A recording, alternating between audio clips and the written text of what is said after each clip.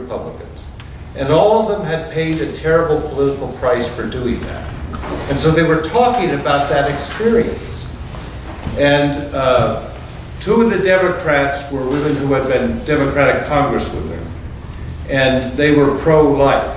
But because the Democratic Party position was pro-choice, they lost their seats.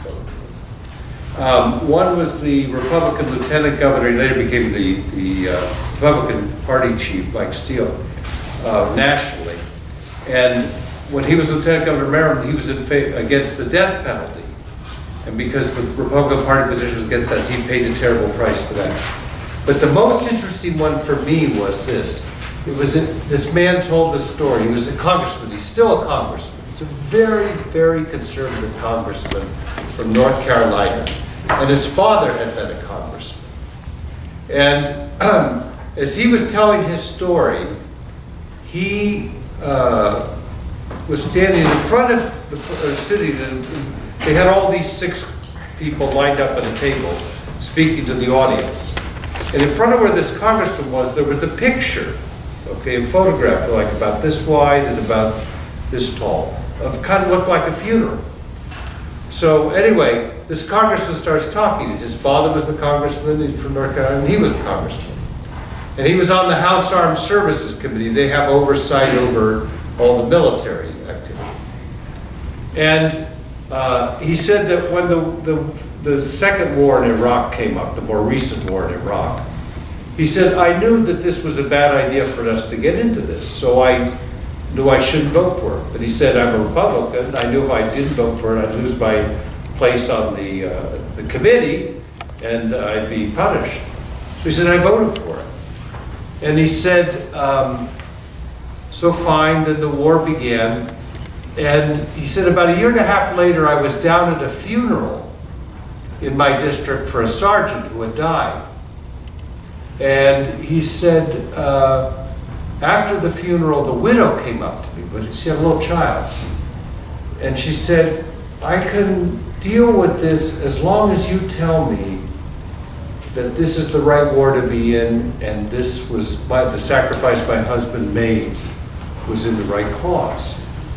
Well, the congressman said he started to cry. He said because his conscience told him no. So the next day he got up on the floor and opposed the war. And sure enough, he lost all his committee assignments, okay? But it was, to me, what was interesting was, he said, whenever I speak about this topic, I bring that picture with me to remind myself how I betrayed my conscience. That was very interesting to me. If I were a politician in that spot, I would say I brought that picture along to remind me how I found my conscience. But that's not what he said. He was saying how I betrayed my conscience. And so what the theme of this night was about was how difficult it is for political figures to follow their conscience, sometimes amidst all the pressures they have. And that's a real problem in our society and in our politics, okay? Because people who go into political life, they do it for a variety of reasons, you know? But I've known many, many people who come into political life, and most often they're doing so to a great degree out of a sense that they can make the country or the city or the state better. And they have beliefs they bring to them. But what's so important to do is to keep true to those beliefs. Now, always you have some pressures, okay? And one of the interesting things in public policy is what should a congressional representative or a legislative leader or an executive respond to, okay? Should it be their conscience? Should it be what their people think? Should it be what's best for the country as a whole? That's an interesting you're discussing public policy, okay? It's an interesting public policy thing. Those are 3 different perspectives. What should guide a legislator? His or her conscience? Or what the people think? Or what's best for the country as a whole? It's not easy to say that. Sometimes it's different things. But in our own system now, the problem is conscience gets worn down. And so in the church, one of the great challenges we have in the church is coming to understand what's the relationship of faith and conscience and things like public policy, okay? Why does the church even have anything to say about public policy? You know, you could argue it shouldn't. Some people say, well, you know, there's a separation of church and state.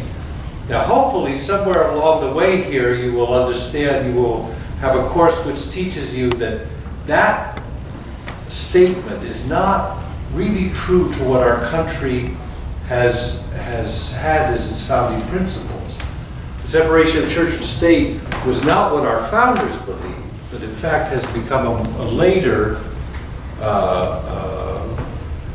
distillation of the relationship, which isn't really authentic. In the beginning, the founders of the country believed that faith was essential for the success of the country, and here's why. When the United States was founded, not only was there no other democracy in the world, there really hadn't been any kind of democratic republic since the fall of the Roman Republic. I mean, there was San Marino, but basically there was no republic. So when we had to go back and understand, when the founders founded this country, how precarious they thought this was. Because every country in the world that exists at the time had some form of monarchy at one head of the state, usually a royal monarchy, but a monarchy, one head of state. So in a democracy, they said this is something quite different, and it really hadn't existed for all these years. And they weren't sure it could. And one of the things you lose when you lose a monarchy, see, the monarch at least has an interest in the long term of his or her country, because his or her children will be the monarchs after them. So they have a more long-term interest in it. And they were thinking, all right, without a monarch, how are the people going to vote for the common good of the country as a whole? How are they going to have that kind of perspective so that self-interest, or the interests of particular factions, as they call it, faction was a big word for the founders of the country. Faction was a bad word. We think factions like parties now, but for them it was a bad word, because it was an inability to see the good of the whole, okay? We look on parties or factions now as part good things and part bad things. They said, if you have people, what is going to cause people to look beyond their self-interest? They said, really one of the only forces that calls people to look beyond their self-interest is that of religious and moral grounding and virtue. Okay? So they believed that religious flourishing was essential for the good of the country.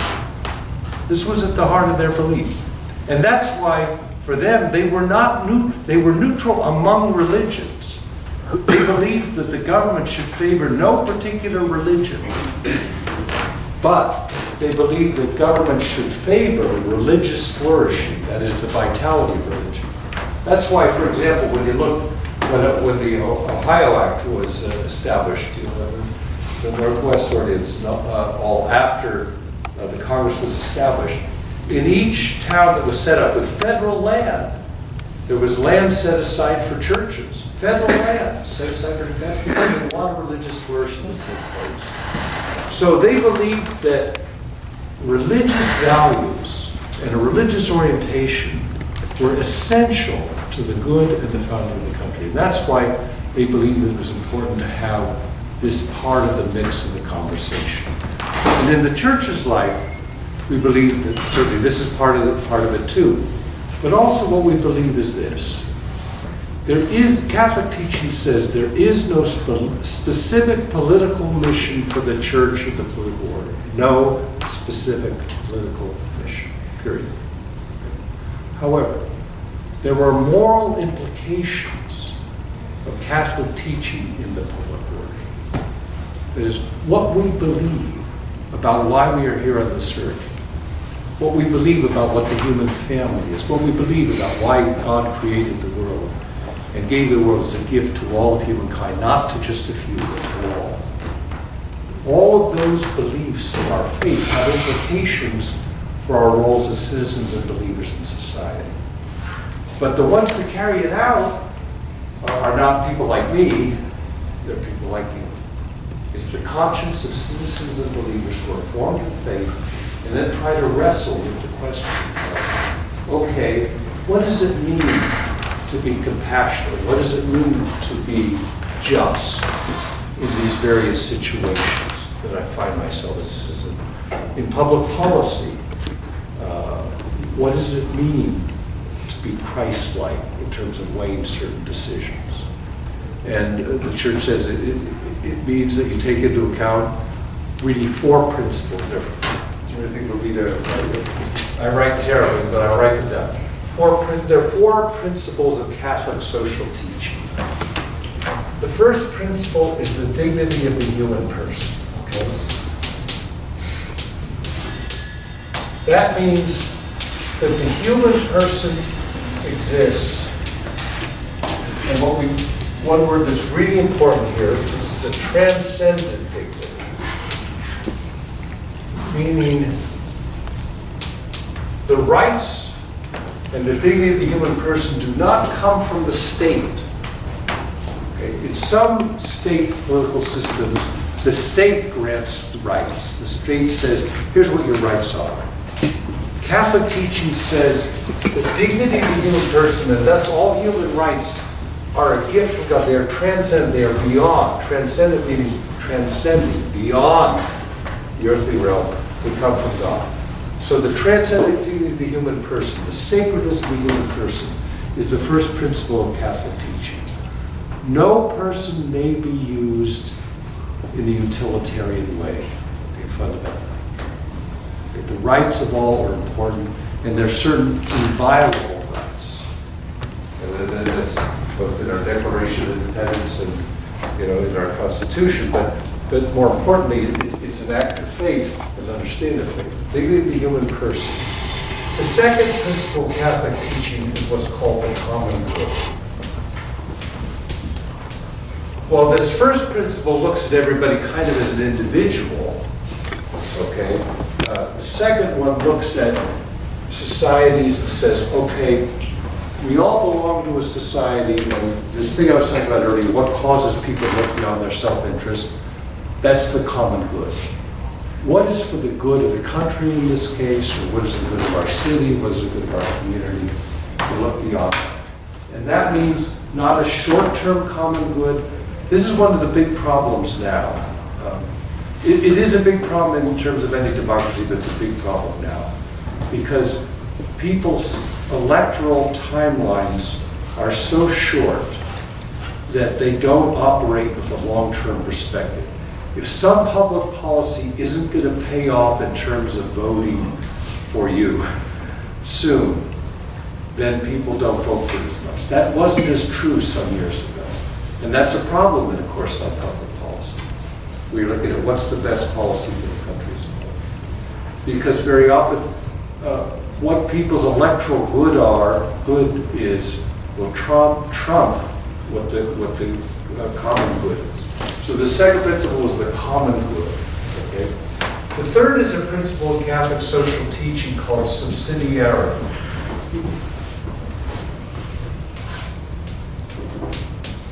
Okay?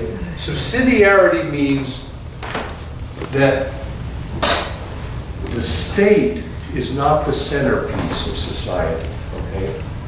The subsidiarity kind of is a principle of freedom. It says that in the life of society, we have families, we have groups you belong to, social organizations, educations, all these things which occur freely in society. That's where most of the good occurs. The state, the government, has a role, but it is partly to guarantee and help preserve freedom within the larger society, so that it doesn't all go to the state. This is against centralization. Okay? In Catholic social teaching, subsidiarity says that a function should occur at the lowest possible level in society where it can be carried out well. Okay? Now, that still leaves a lot for government, but it means that most of the good of human activity takes place below that. And finally, is solidarity. These are the bonds of affection and brotherhood and sisterhood which unite us all. It means we're not just isolates, but we have to understand that we're tied together in a common destiny in society. So these are the 4 principles of Catholic social teaching. And one of the problems in partisanship is that, as we talked about earlier, that these principles lead us to a certain vision of what are the important goals for our society to work toward. If you ask the Catholic social teaching, what are the goals? What would we like to see different? Okay, let's take it as a public policy. Let's just take this. In terms of Catholic social teaching, if you could tell me 6 ways in which our society would look different in terms of its public policy, what would, if it really reflected Catholic social teaching, 6 things that would be different, what would it be? Who can tell me? You can name, I mean, just name one. You don't have to name 6. Think of one policy that would be different. Yes. Abortion would be one. Okay, abortion would be, there'd be legal sanctions of some form on abortion, okay? Some of capital punishment for euthanasia. That's right. Those 2 things would be, would not occur, that's right. Okay, anything else? Nuclear weapons would not be permissible. Would not be, Permissible. yeah, yes, that certainly would be true if we got to where we want to be, yeah. Which is a very interesting question, how we get there, but yes, absolutely. Yes. I don't think we'd have a national healthcare policy because that seems that can be done well on a state level. Small. Okay, Probably greater stewardship over the environment. yeah, the environment. That's going to be a very interesting thing because the Pope's coming out with an encyclical fairly soon.